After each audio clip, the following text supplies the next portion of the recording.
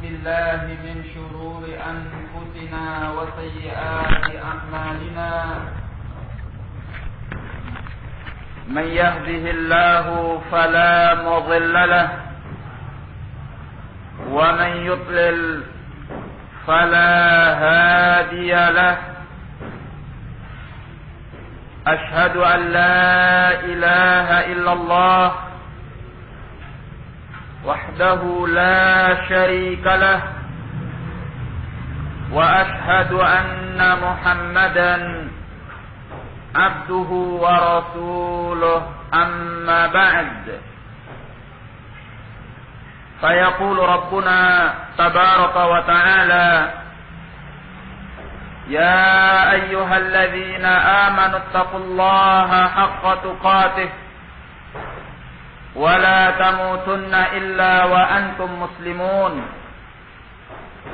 يا أيها الذين آمنوا اتقوا الله وقولوا قولا سديدا يصلح لكم أعمالكم ويغفر لكم ذنوبكم ومن يطع الله ورسوله فقد فاز فوزا عظيما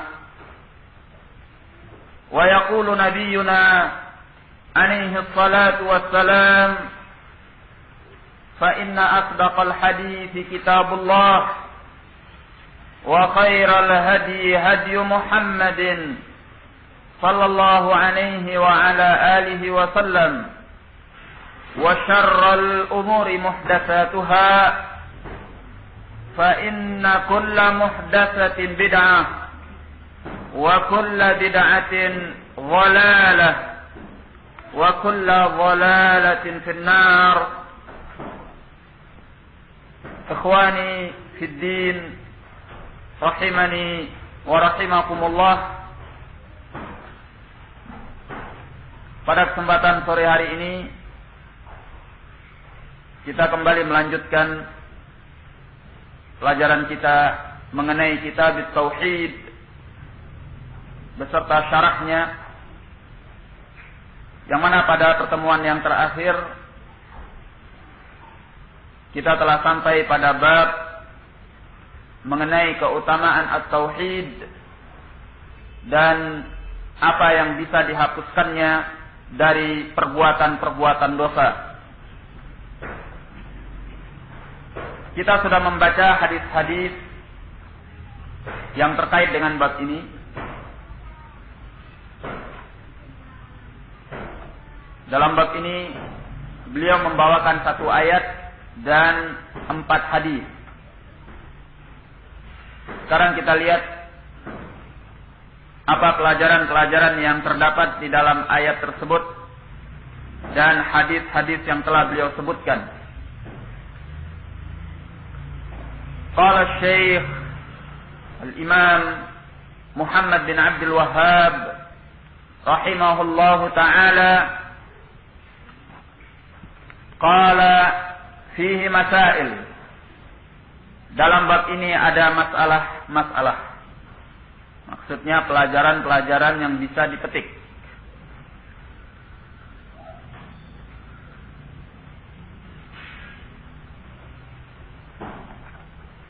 Al-ula, yang pertama yaitu si'atu fadlillahi ta'ala, luasnya keutamaan Allah subhanahu wa ta'ala.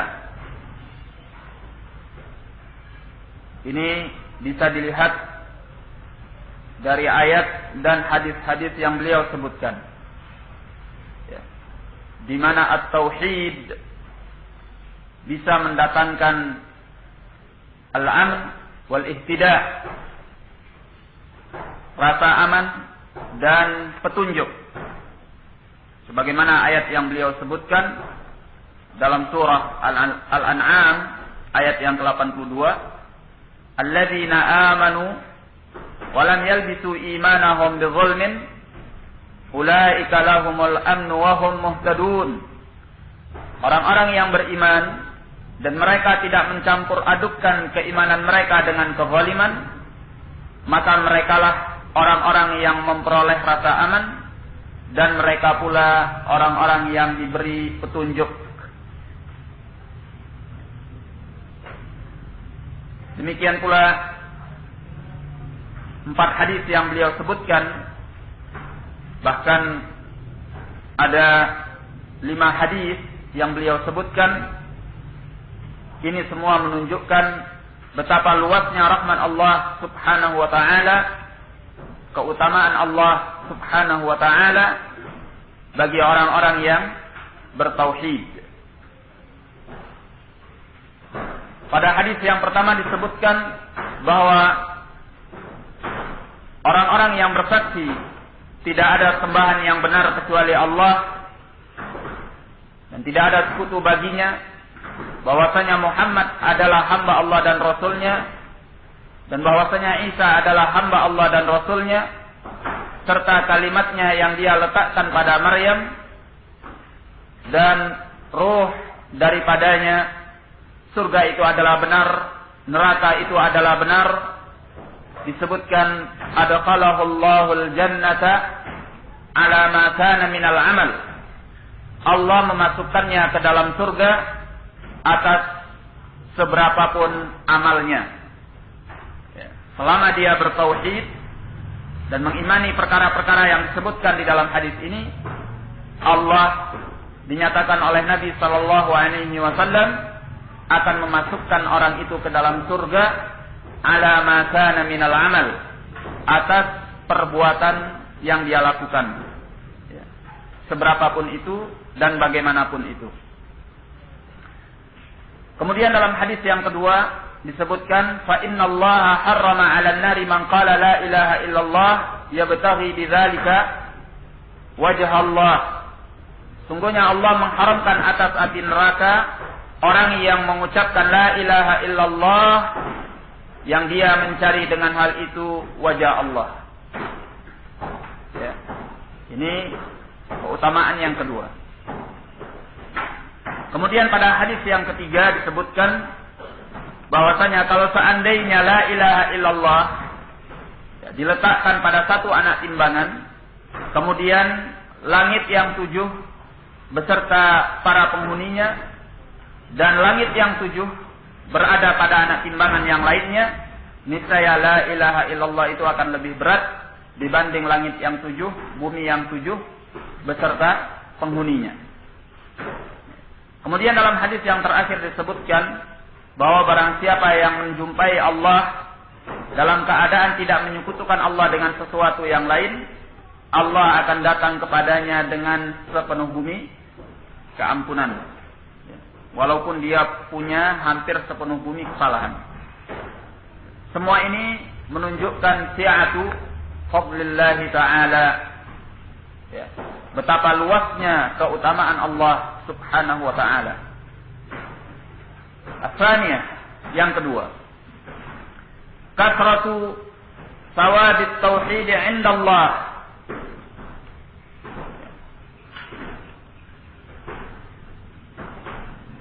Banyaknya pahala at-tauhid di sisi Allah Subhanahu wa ta'ala. Ya, sebagaimana yang telah disebutkan tadi di dalam ayat dan hadis-hadis yang sudah kita baca. Semua itu menunjukkan betapa luasnya pahala at-tauhid. Ya. Jadi kalau kita simpulkan, ya, pahala yang pertama yang disebutkan di dalam ayat, orang yang memiliki at-tauhid dijamin akan mendapatkan rasa aman dan petunjuk. Ya. Kemudian yang kedua, bahwa orang yang memiliki at-tauhid, Allah pasti memasukkan dia ke dalam surga seberapapun amal perbuatannya.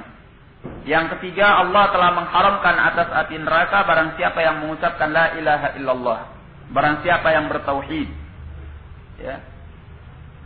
Kemudian yang keempat, yaitu bahwasanya la ilaha illallah lebih berat timbangannya dibanding timbangan langit yang 7 dan bumi yang 7 beserta penghuninya. Kemudian yang kelima disebutkan bahwa orang yang tidak menyekutukan Allah, dalam kata lain bahwa dia bertauhid kepada Allah, ini walaupun dia menjumpai Allah dalam keadaan membawa sepenuh bumi kesalahan, maka Allah Subhanahu wa ta'ala akan datang kepadanya dengan sepenuh bumi pula keampunannya. Jadi ini menunjukkan betapa banyaknya pahala at-tauhid. Pahala at-tauhid. As-salisah, yang ketiga, takfiruhu ma'a dzalika lidz-dzunub. Penghapusan at-tauhid terhadap perbuatan-perbuatan dosa bersama yang demikian itu. Artinya orang yang memiliki at-tauhid pasti dimasukkan ke dalam surga dan diharamkan dari api neraka, dan dia akan diampuni dosa-dosa perbuatannya. Nah, Rabi'ah, yang keempat, tafsirul ayat allati fi suratil an'am. Penafsirannya mengenai ayat yang ada di dalam surah Al-An'am, yaitu surah Al-An'am ayat yang ke-82, di mana Allah menyatakan alladzina amanu wa lam yalbisu imanahum bidzulmin ulaika lahumul amnu wa hum muhtadun. Orang-orang yang beriman dan mereka tidak mencampur adukkan keimanan mereka dengan kezaliman, mereka memperoleh rasa aman dan merekalah orang-orang yang diberi petunjuk. Ya. Penafsiran mengenai kezaliman di sini sebagaimana dalam hadis Abdullah bin Mas'ud yang diriwayatkan oleh Al-Bukhari rahimahullah, bahwa Nabi sallallahu alaihi wa ala alihi wasallam menafsirkan kezaliman di sini dengan perbuatan syirik. Ya. Karena tatkala ayat ini turun, sahabat merasa berat dengannya. Ya. Dan mereka mendatangi Nabi sallallahu alaihi wa ala alihi wasallam. Mereka menyatakan, "Ya Rasulullah, ayyuna lam yadhlim nafsah." Wahai Rasulullah, siapa di antara kami yang tidak pernah menzalimi dirinya sendiri? Tidak ada seorang pun dari kalangan manusia pasti bahwa dia pernah menzalimi dirinya sendiri. Ya. Nah, sekarang ayat ini menyatakan walam yalbisu imanahum bidzulm. Ya. Dan mereka tidak mencampur adukkan keimanan mereka dengan satu kezaliman pun. Ya. Kalau begitu siapa yang selamat? Tidak ada. Karena setiap manusia itu pasti punya kezaliman terhadap dirinya sendiri. Ya. Maka Nabi sallallahu alaihi wasallam disebutkan di dalam riwayat itu, beliau menjawab pertanyaan mereka dengan menyebutkan satu ayat, yaitu ucapan Luqman kepada anaknya, "Inna syirka la zulmun azim." Ya. Sungguhnya perbuatan syirik itu adalah kezaliman yang besar. Artinya bahwa yang dimaksud dengan ayat ini, Allah menyatakan walam yalbisu imanahum bidzulmin. Ya. Mereka tidak mencampur adukkan keimanan mereka dengan kezaliman. Maksudnya disyirkin, dengan perbuatan syirik.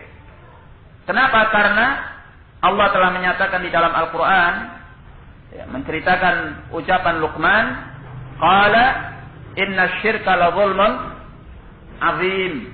Ya, sungguhnya perbuatan syirik itu adalah kezaliman yang besar. Nah, jadi penafsiran ayat ini bahwa mereka tidak mencampurkan keimanan mereka dengan kezaliman, artinya apa? Mereka tidak mencampurkan keimanan mereka dengan perbuatan syirik. Ya. Orang-orang yang bertauhid dan tidak melakukan perbuatan syirik.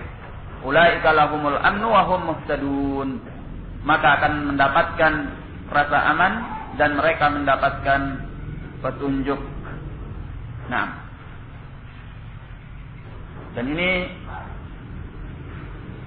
sekaligus menunjukkan betapa besarnya pahala at-tauhid, sebagaimana yang tadi telah disinggung dalam poin sebelumnya, bahwa dengan at-tauhid seorang akan memperoleh rasa aman dan mendapatkan petunjuk dari Allah Subhanahu wa taala. Ya, rasa aman dan petunjuk di sini dinyatakan oleh Syekh Muhammad bin Shalih Al-Utsaimin rahimahullah, yaitu al-amnu wal ihtida' fid dunya wal akhirah. Ya, rasa aman dan petunjuk baik di dunia maupun di akhirat nanti. Ya. Oleh karena itu, apabila kaum muslimin, ya, mereka telah melanggar tauhid kepada Allah Tabaraka wa Ta'ala, kalau mereka telah banyak melakukan perbuatan-perbuatan syirik di negeri mereka, di wilayah mereka, maka rasa aman itu akan dicabut oleh Allah Subhanahu wa Ta'ala. Ya. Sesuai dengan kadar perbuatan syirik yang mereka lakukan. Ya. Semakin mereka berbuat syirik, maka akan semakin hilang rasa amannya. Ya. Jadi jangan pernah bermimpi bahwa manusia akan merasakan keamanan, kenyamanan, kesejahteraan dan kedamaian selama mereka masih melakukan perbuatan syirik. Ya. Karena kita yakin apa yang disebutkan oleh Allah di dalam Al-Quran ini, di mana Allah menyatakan, "Alladzina amanu wa lam yalbisu imanahum bidzulmin, ulaika lahumul amnu wa hum muhtadun." Orang-orang yang beriman dan mereka tidak mencampur adukkan keimanan mereka dengan kezalimannya, merekalah yang memperoleh al-amn, ya, memperoleh rasa aman, dan mereka diberi petunjuk. Naam. Oleh karena itu, ikhwani fiddin rahimani wa rahimakumullah, dakwah tauhid ini adalah dakwah yang mengajak manusia untuk membangun kesejahteraan, kedamaian, kenyamanan dan keamanan. Ya. Sehingga tanpa at-tauhid, umat ini akan terus diguncang dengan berbagai rasa takut dan rasa takut. Apakah yang bentuknya musibah dari Allah? Apakah yang bentuknya fitnah di antara mereka? Peperangan, pertikaian, permusuhan dan sebagainya. Ya. Karena jaminan at-tauhid adalah rasa aman di dunia wal akhirah. Ya. Di dunia sebelum di akhirat nanti. Ya. Tetapi kalau tidak ada at-tauhid, tauhid telah mulai dilecehkan, ditinggalkan, maka rasa aman itu akan hilang dan diangkat oleh Allah Subhanahu wa ta'ala. Ya. Barakallahu fikum. Kemudian al-khamisah, yang kelima, ta'ammal al-khamsal lawati fi hadits Ubadah. Perhatikanlah 5 perkara yang terdapat di dalam hadis Ubadah. Coba kita lihat hadis Ubadah yang dikeluarkan oleh Al-Bukhari dan Muslim. Qala Rasulullah sallallahu alaihi wasallam, "Man syahida an la ilaha illallah wahdahu la syarikalah wa anna Muhammadan 'abduhu wa rasuluh wa anna Isa 'abdullahi wa rasuluh wa kalimatuhu alqaha ila Maryam ruhun min wal jannata haqqun wan nara haqqun adkhalahu Allahul jannata ala ma kana minal 'amal." Barang siapa yang bersaksi bahwa tidak ada ilah kecuali Allah semata, tidak ada sekutu baginya, dan bahwasanya Muhammad adalah hamba dan rasulnya, dan bahwasanya Isa adalah hamba dan rasulnya, dan kalimatnya yang dia letakkan pada Maryam, dan roh daripadanya, surga itu benar, neraka itu benar, niscaya Allah masukkan dia ke dalam surga atas seberapapun amal perbuatannya. Di sini ada 5 perkara yang disebutkan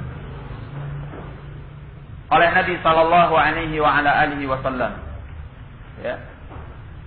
Yang pertama yaitu barang siapa yang bersaksi bahwa tidak ada sembahan yang benar kecuali Allah semata, tidak ada sekutu baginya.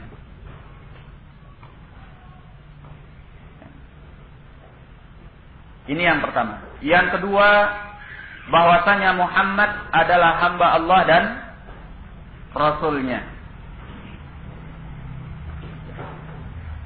Kemudian yang ketiga, bahwasanya Isa adalah hamba Allah dan Rasulnya, serta kalimatnya yang dia letakkan pada Maryam dan ruh daripadanya. Nah, ini yang ketiga.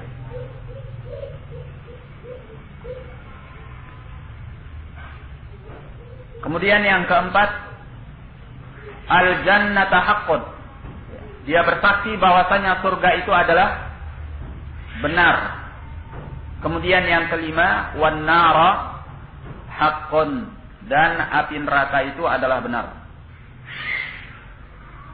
Nah,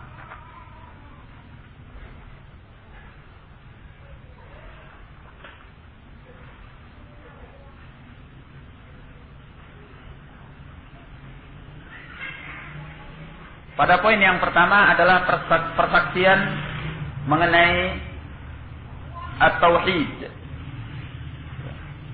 Tauhid kepada Allah dalam hal uluhiyahnya, bahwa tidak ada sembahan yang berhak diibadahi kecuali Allah semata. Poin yang kedua adalah tauhid terhadap Nabi kita Muhammad sallallahu alaihi wasallam, yang diistilahkan dengan tauhid mada? Tauhidul mutaba'ah. Jadi pada poin yang pertama adalah tauhid al-ibadah, yang kandungannya berarti mentauhidkan Allah pula dalam perkara rububiyah dan al-asma wa sifat. Karena Allah itu diibadahi disebabkan Dia yang maha memiliki rububiyah, dan karena kesempurnaannya dalam al-asma wa sifat. Baik.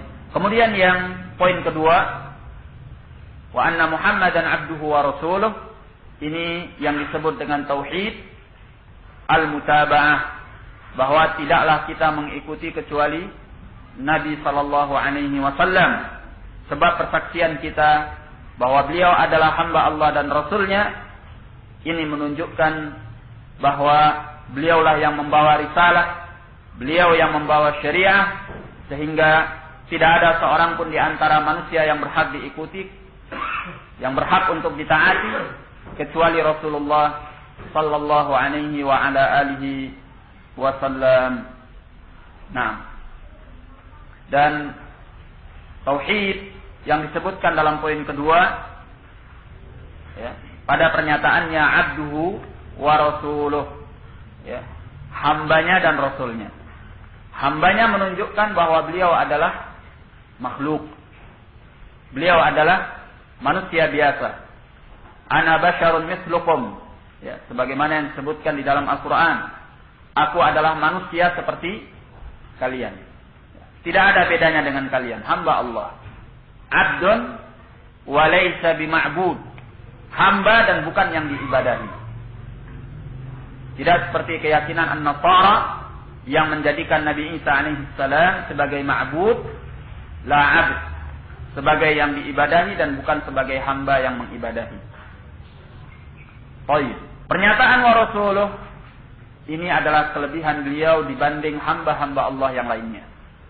Mengingatkan kita bahwa beliau walaupun manusia, tetapi beliau berhak ditaati karena beliau membawa risalah atau membawa syariah dari Allah subhanahu wa ta'ala. Kemudian yang ketiga, wa anna Isa abdullahi wa rasuluh wa kalimatuhu alqaha ila Maryam wa ruhum min, bahwasanya Isa adalah hamba Allah dan Rasulnya. Ini adalah keyakinan kaum muslimin mengenai Nabi Isa alaihissalam, ya. Bahwasanya kaum muslimin diajarkan oleh Nabi sallallahu alaihi wasallam untuk mengakui bahwasanya Nabi Isa alaihissalam adalah abdun wa laysa bima'bud, hamba dan bukan zat yang diibadahi. Ya, tidak seperti An-Nasara yang meyakini beliau sebagai salah satu dari 3 unsur ketuhanan. Nah, tapi Isa adalah Abdullah. Dalam riwayat disebutkan dalam As-Sahihain, Nabi bersabda, la tutruni kama ataratin nasara Isa bin Maryam wa innama ana Abdullahi wa rasuluh. Beliau menyatakan, la tutruni, jangan kalian memuji aku, menyanjung aku dengan berlebih-lebihan. Kama ataratin nasara Isa bin Maryam, sebagaimana an-nasara berlebih-lebihan terhadap Isa bin Maryam. Wa innama ana abdullahi wa rasuluh, hanya saja aku adalah hamba Allah dan Rasulnya. Nah, dan pernyataan wa rasuluh sama seperti tadi, bahwa beliau adalah Rasul yang membawa risalah dari Allah, syariah dari Allah subhanahu wa ta'ala. Hanya saja risalah dan syariah yang dibawa oleh Nabi kita Muhammad sallallahu alaihi wasallam jauh lebih lengkap dan lebih sempurna dibanding dengan syariat beliau alaihi salatu wassalam.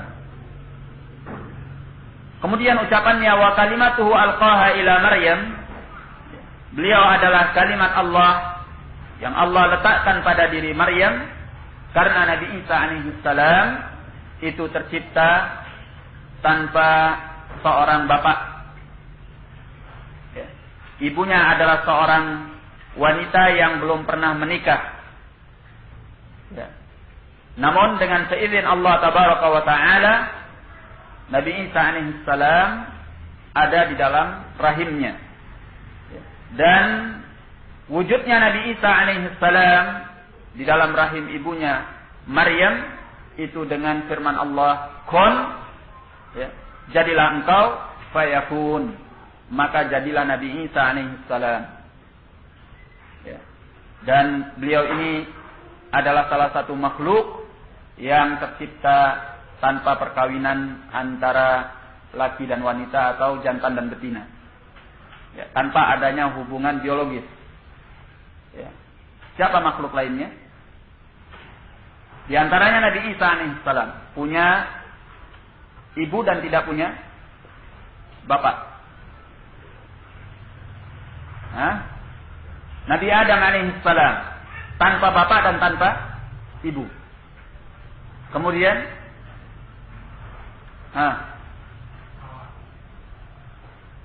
Nabi Adam, kemudian istrinya Hawa, diciptakan oleh Allah tabaraka wa ta'ala tanpa bapak dan tanpa ibu. Demikian pula onta Nabi Saleh, itu tanpa ada jantan dan betina yang melakukan hubungan biologis. Semuanya adalah kuasa Allah tabaraka wa ta'ala, karena Allah dinyatakan innama amruhu idza arada syai'an fayaqulu lahu kun fayakun. Hanya saja urusannya apabila dia menginginkan sesuatu, dia akan mengatakan kepadanya kun fayakun. Jadilah engkau, maka jadilah apa yang dikehendaki oleh Allah. Tidak ada yang mustahil bagi Allah tabaraka wa ta'ala. Nah, kemudian pernyataan wa ruhun min, dan ruh daripada Allah, maksudnya adalah ruhun minal arwah allati indallahi tabaraka wa ta'ala.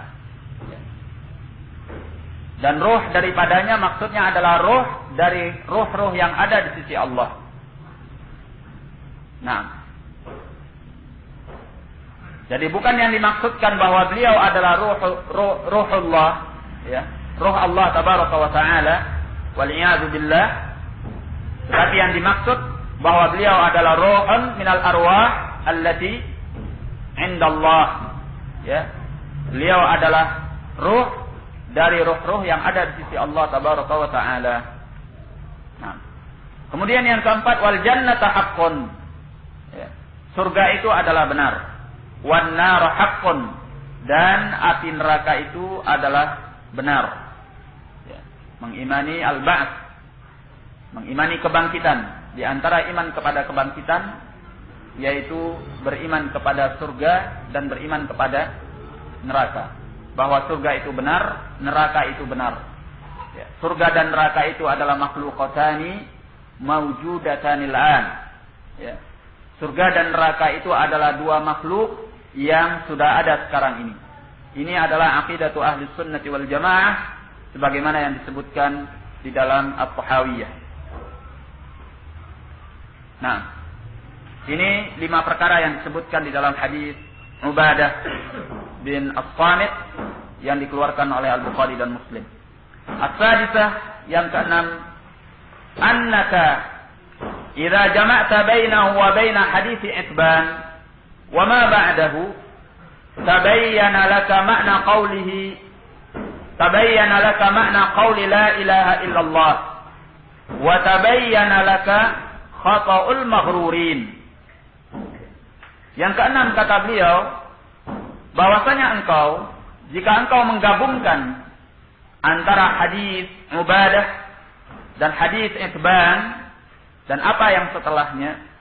Hadis Itban adalah hadis yang datang setelah hadis Ubadah. Ya, dinyatakan dalam hadis itu, fa innallaha harrama 'alan nari man qala la ilaha illallah yabtaghi bidzalika wajha Allah. Sungguhnya Allah mengharamkan atas api neraka barang siapa yang mengucapkan la ilaha illallah mencari dengan hal itu wajah Allah. Apabila engkau gabungkan antara hadis Ubadah dan hadis Itban dan apa yang setelahnya, hadis-hadis yang berikutnya, tabayyana laka makna qauli la ilaha illallah, akan tampak olehmu makna ucapan la ilaha illallah. Wa tabayyana laka khata'ul maghrurin, dan akan tampak olehmu kesalahan orang-orang yang telah terpedaya. Nah, berarti penggabungan antara hadis-hadis ini memberi pelajaran kepada kita bahwa makna la ilaha illallah adalah mentauhidkan Allah tabaraka wa ta'ala dan tidak menyekutukannya dengan sesuatu yang lain. Ya. Dan semakin tampak hal ini dalam hadis Ubadah, dalam hadis Itban, yaitu pada pernyataannya, ia betaghi bidzalika wajh Allah, yang dia mencari dengan hal itu wajah Allah. Nah, hadis Itban ini adalah hadis yang menafsirkan hadis-hadis mengenai keutamaan at-tauhid. Bahwa yang dimaksud dengan at-tauhid tidak semata-mata mengucapkan la ilaha illallah. Ya. Disebutkan di sini, fa innallaha harrama 'alan nari man qala la ilaha illallah. Sungguhnya Allah itu mengharamkan atas api neraka barang siapa yang mengucapkan la ilaha illallah. Hadis ini tidak titik sampai di situ. Ada lanjutannya apa? Ia betaghi bidzalika wajh Allah, yang dia mencari dengan hal itu wajah Allah. Nah, pernyataan dia betaghi bidzalika wajh Allah, dia mencari dengan hal itu wajah Allah, ini maksudnya adalah at-tauhid, ikhlasul din lillahi tabaraka wa ta'ala. Ya, memurnikan semua agama hanya untuk Allah, mengharapkan dengannya wajah Allah dan tidak memberikan sesuatu yang lainnya kepada selain Allah tabaraka wa ta'ala. Tidak memberikan sesuatu dari ibadah kepada selain Allah tabaraka wa ta'ala. Nah, jadi orang yang mengucapkan la ilaha illallah, dia akan masuk ke dalam surga dan diharamkan atasnya api neraka selama dia memiliki al-ikhlas. Wal ikhlas huwa tauhid. Ya. Disebutkan di dalam hadis ini, ya betaghi bidzalika wajh Allah, dia mencari dengan hal itu wajah Allah. Nah, tetapi orang yang mengatakan at-tauhid, ya, la ilaha illallah, sementara dia tidak merealisasikan at-tauhid, maka dia tidak akan pernah masuk ke dalam surga. Karena inti daripada keutamaan tauhid itu adalah seorang mengikhlaskan ibadah hanya untuk Allah, mengharapkan wajah Allah, dan tidak melakukan perbuatan syirik. Bukan semata-mata hanya mengucapkannya. Kalau semata-mata hanya mengucapkannya, fahadha halul munafiqin, keadaan orang-orang yang munafik. Maka silahkan lihat bagaimana kondisi orang-orang yang munafik. Mereka mengatakan la ilaha illallah wa anna muhammadan rasulullah, tetapi mereka tidak menunaikan at-tauhid. Maka qaulul lisan, ucapan lisan itu tidak cukup untuk meraih keutamaan at-tauhid, tetapi seorang harus menegakkan at-tauhid, mengikhlaskan semua ibadah untuk Allah dan meninggalkan perbuatan syirik.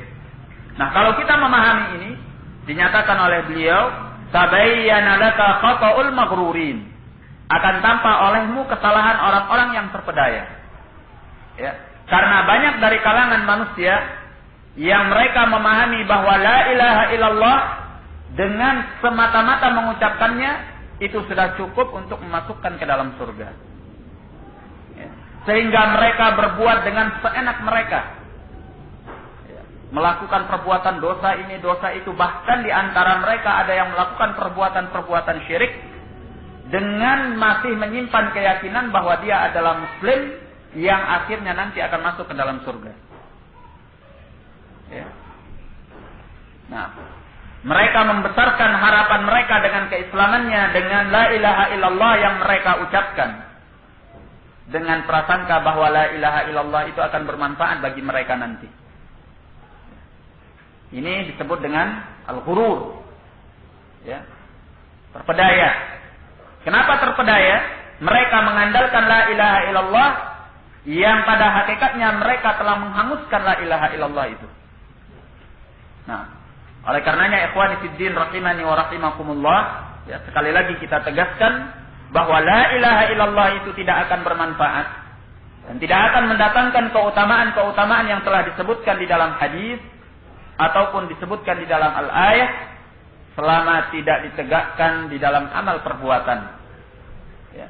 Jadi membutuhkan ucapan la ilaha illallah untuk merealisasikannya di dalam amal perbuatan kita dengan mentauhidkan Allah.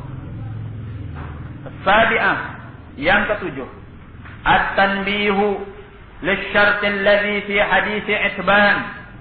Ya, peringatan mengenai syarat yang ada di dalam hadis Itban. Yaitu syaratnya adalah yabtaghi bidzalika wajh Allah. Dia mencari dengan hal itu wajah Allah. Ya. Ini syaratnya. Bahwa dia punya at-tauhid, punya keikhlasan kepada Allah tabaraka wa ta'ala. Ya, tidak menyerahkan satu harapannya kepada yang selain Allah. Tidak menyerahkan ibadahnya kepada yang selain Allah. As-saminah, yang kedelapan, qaulul anbiya'i yahtajuna litanbihi ala fadli la ilaha illallah. Ya. Kondisi para nabi yang membutuhkan untuk diberi peringatan mengenai keutamaan la ilaha illallah. Disebutkan di dalam hadis yang telah kita baca, yaitu hadis Abi Sa'id Al-Khudri setelah hadis Itban, bahwasanya Nabi Musa alaihissalam minta diajari oleh Allah tabaraka wa ta'ala sebuah zikir, sebuah doa yang akan diucapkan oleh beliau untuk berzikir kepada Allah dan berdoa kepada Allah. Ya. Kemudian tatkala diingatkan Nabi Musa alaihissalam agar beliau mengucapkan la ilaha illallah, apa jawaban beliau? Jawaban beliau, kullu ibadika yaquluna hadza. Ya. Setiap hambamu mengucapkan hal ini. Jadi beliau ingin sesuatu yang khusus, yang istimewa, yang lebih besar, yang lebih agung dari sekedar apa yang biasa diucapkan oleh manusia. Ya. Maka disinilah kemudian Nabi Musa alaihissalam diingatkan akan keutamaan la ilaha illallah itu. Ya, dinyatakan lau anna samawati sab'an wa amirahunna ghairi. Ya. Wal ardhina sab'ati kiffatin wa la ilaha illallah fi kiffatin malat bihinna la ilaha illallah. Kalau seandainya langit yang 7 dan para pemakmurnya adalah yang selainku dan bumi yang 7 diletakkan pada satu anak timbangan, kemudian la ilaha illallah diletakkan pada anak timbangan yang lainnya, malat bihinna la ilaha illallah. Niscaya la ilaha illallah itu akan condong, akan lebih berat dibanding langit yang 7 dan bumi yang 7. Nah, kalau para nabi saja butuh diperingatkan akan keutamaan la ilaha illallah, maka yang selain mereka lebih pantas untuk diperingatkan dan diajari mengenai la ilaha illallah. Nah, at-tasi'ah, yang ke-9, at-tanbihu li rujhaniha bi jami'il makhluqat ma anna katsiran mimman yaquluha yakhiffu mizanuh. Poin yang 9 ini penting sekali. beliau mengatakan at-tanbih li rujhaniha bi jami'il makhluqat. Peringatan mengenai betapa beratnya bobot la ilaha illallah dibanding seluruh makhluk. Ya. Langit yang 7 beserta penghuninya. Ya, bumi yang 7. Ini makhluk-makhluk Allah yang luar biasa. Ya, yang kita huni ini adalah baru satu lapisnya dari langit dan bumi. Ya, di sana masih ada 6 langit lagi dan 6 bumi lagi. Ya. Nah, kalau semua itu dikumpulkan beserta para penghuninya, lalu diletakkan pada satu anak timbangan, ya.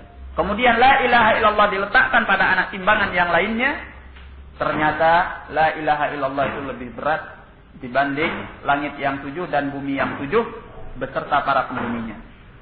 Ya. Tapi kata beliau, ma anna katsiran mimman yaquluha yakhiffu mizanuh. Ya. Namun kebanyakan dari orang-orang yang mengucapkan la ilaha illallah itu yakhiffu mizanuh. Ya. Timbangannya ternyata ringan.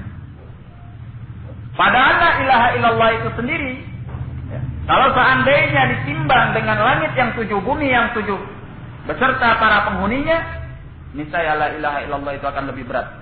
Tapi orang-orang yang mengucapkan la ilaha illallah, kebanyakan dari mereka justru timbangannya ringan. Apa penyebabnya? Menunjukkan bahwa la ilaha illallah itu tidak semata-mata diucapkan. Ya, bobotnya akan berkurang sejauh mana kita bisa merealisasikan la ilaha illallah tersebut. Ya.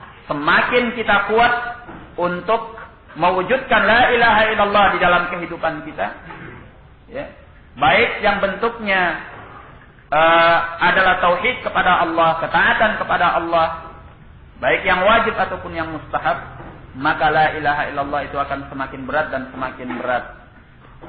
Ya. Nah, tetapi kalau kita tidak mewujudkan itu, ya, kemudian kita terjatuh ke dalam perbuatan-perbuatan syirik kecil ataupun syirik yang besar, ya, maka justru la ilaha illallah itu akan hangus.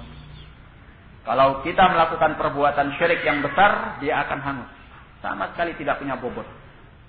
Ya, tidak akan bisa menyelamatkan kita dari api neraka, bahkan kekal di dalam api neraka. Kalau kita jatuh ke dalam syirik yang kecil, ya, dosa-dosa yang besar, ini akan mengurangi bobotnya. Ya. Semakin banyak kita melakukan kesalahan itu, maka akan semakin ringan la ilaha illallah yang kita miliki. Sampai-sampai pada tingkat nantinya, di mana la ilaha illallah ini tidak mampu menyelamatkan kita dari ancaman api neraka. Walaupun selama la ilaha illallah ini masih bertahan dan belum hangus, pada akhirnya kita akan dimasukkan ke dalam surga. Tapi pada akhirnya, setelah melalui perjuangan yang berat di dalam api neraka sana. Ya. Nah, jadi la ilaha illallah ini membutuhkan untuk direalisasikan dan diwujudkan, diamalkan, sehingga dia berat dibanding dengan timbangan-timbangan apapun juga dari makhluk-makhluk Allah. Nah, ya. Qala al-ashirah, yang ke-10. An-nassu ala anna al-aradhina sab'un kas-samawat.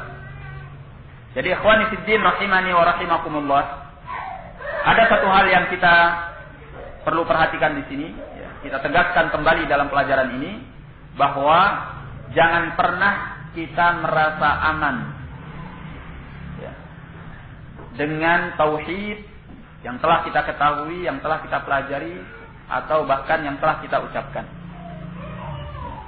Karena rasa aman kita terhadap keutamaan tauhid ini akan menjerumuskan kita ke dalam kelemahan tauhid. Ya. Inilah yang tadi dikhawatirkan oleh Nabi sallallahu alaihi wasallam sebagaimana dalam hadis Mu'adz, ya. Afala tubasyirhum? Ya. Kata Mu'adz, apakah aku boleh mengkabarkan kepada mereka mengenai berita gembira ini? Beliau menjawab, la. Kemudian kata beliau, fayattakilu. Jangan, nanti mereka akan berpangku tangan, meninggalkan amal. merasa nyaman dengan keutamaan tauhid dan tidak mau berlomba-lomba untuk menunaikannya. Nah, jadi jangan terpedaya dengan keutamaan tauhid. Memang pasti orang yang bertauhid itu masuk ke dalam surga dan diharamkan dari api neraka. Api neraka yang mana? Api neraka yang mana? Api neraka orang-orang musyrik. Tapi ingat bahwa di sana ada api neraka al-ufat, orang-orang yang berlaku maksiat kepada Allah Tabaraka wa Ta'ala. Ya. Ini adalah keutamaannya. Ya. Nah, kalau kita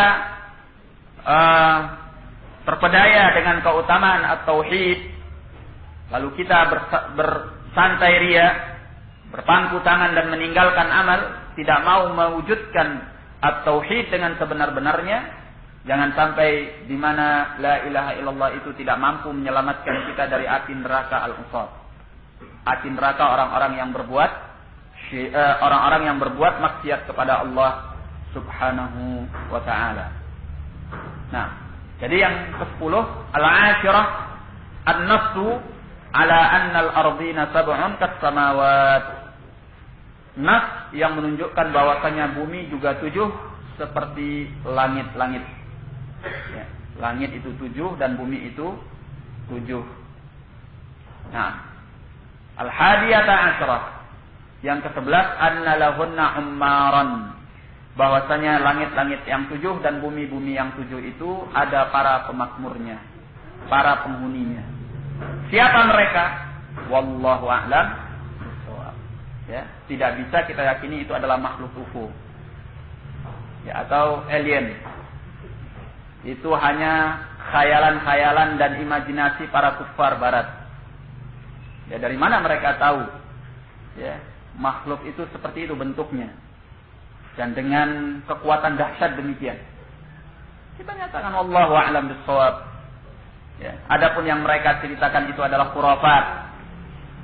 Adapun yang diberitakan oleh Nabi sallallahu alaihi wasallam bagaimananya mereka, kita nyatakan wallahu a'lam bis-shawab. Ya. Tetapi ada sebagian yang diberitakan kepada kita seperti penghuni langit yang disebut dengan siapa ya kawan? Al-malaikah. Ya. Para malaikat Allah Tabaraka wa Ta'ala, yang diantara mereka ada yang tugasnya adalah mengangkat arsy. Di antara mereka ada yang tugasnya adalah beribadah kepada Allah Tabaraka wa Ta'ala di Baitul Ma'mur dan sebagainya dan sebagainya. Al-muhim bahwa langit yang 7, bumi yang 7 ada pemakmurnya.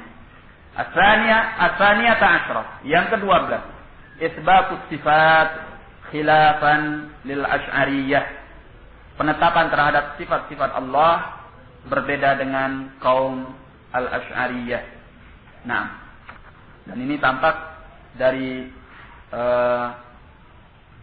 hadis-hadis yang telah kita baca, di mana pernyataan al-ilah itu menunjukkan bahwa Allah punya sifat mada al-uluhiyah, ya, memiliki sifat al-uluhiyah. Demikian pula Allah Tabaraka wa Ta'ala punya sifat al-qaul, sebagaimana dalam hadis Anas, qala Allah Ta'ala ya bani Adam, dan selanjutnya. Allah Ta'ala berkata, wahai anak Adam, dan selanjutnya. Berarti Allah punya sifat al-qaul, ya, berkata atau berbicara. Baik, kita cukupkan dulu sampai di sini. Wallahu a'lam bishawab. Sudah, wabillahi taufiq wal hidayah. Assalamualaikum warahmatullahi wabarakatuh.